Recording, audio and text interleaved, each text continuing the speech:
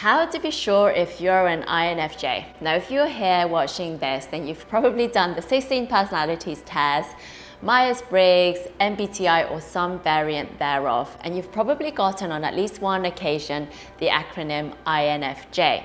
In this video, I will take you from the spectrum of perhaps being confused, feeling somewhat lost and uncertain about which personality type you are or whether you are an INFJ, to being, I guess, somewhat more certain, but with the caveat that it is not possible to be 100% certain that you are an INFJ or indeed any other personality type. The reason for that is because this whole kind of typology thing is really an art rather than a science. So for example, you could do the same test multiple times but get a different result depending on your mood, depending on the time of the day, depending on the period of life that you are in. So firstly, like I mentioned, if you want to, then take the test multiple times and see which result you get the most frequently. And I would say when you're doing the test as well, make sure that you are feeling relaxed and in a state of flow rather than being like tense or whatever, because I think when we're tense or stressed or anxious,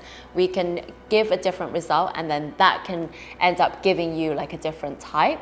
So I think being in the right state of mind when you take the test and having enough time to do it, but not overthinking it, is a really important thing. The other thing I would say, and this is what I did, is to watch a lot of videos, consume a lot of content like blog posts, and read a lot of books around typology and being an INFJ, and just seeing if the stuff that's written there resonates with me. I think INFJs, the word resonance is really important because often we'll feel like, okay, there's a resonance to this. We resonate with this. There's an alignment here.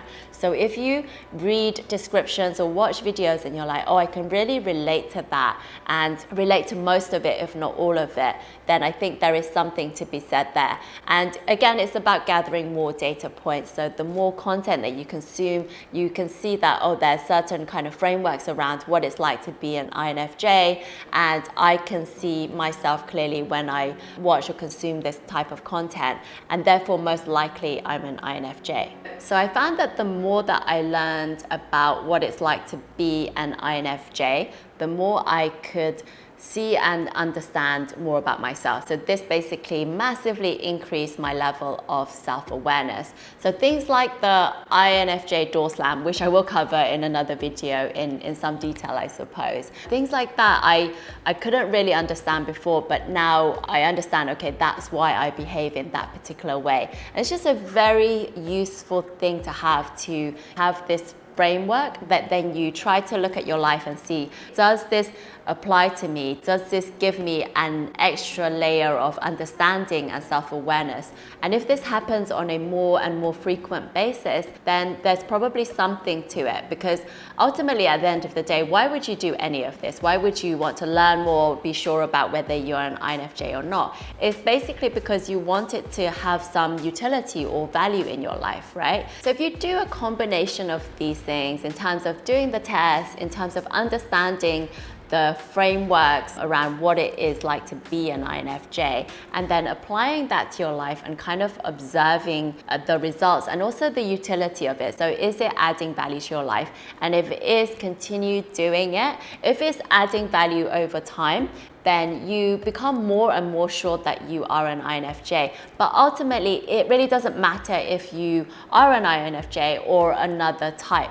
I don't think that one should get attached to being an INFJ just because it's the rarest personality type or whatever. Because like ultimately, every personality type has its own strengths, its own weaknesses. And frankly, often, a lot of the time, it can be really, really hard being an INFJ. The biggest value that I've gotten out of learning more about being an INFJ and applying that framework to my life is essentially I've gained a greater degree of self-awareness, so much more so than I would do otherwise. And it's something that I continue to learn more about and go deeper into because I can see that it's really helped to shape me as a person and also to shape my personal development journey. So I hope I can leave that with you. Essentially that use this as one kind of data point and as one point along your personal development journey. That can be a very, very useful one, but please don't get attached to being any particular type or to being an INFJ. If you found that helpful at all, then please do let me know in the comments below. Also, if you haven't subscribed, then please do so, because I make content specifically for INFJs, introverts, entrepreneurs, and so on. I also have an email newsletter thing if you would like to sign up for that, because I'm going to send some of my musings on what life is like as an INFJ, introvert, entrepreneur, etc., etc. So if you would like to receive that, then please do sign up using the link below. I've also left a few videos here about being an INFJ, which I think you will enjoy, and I hope to see you in the next video. Take care now, bye!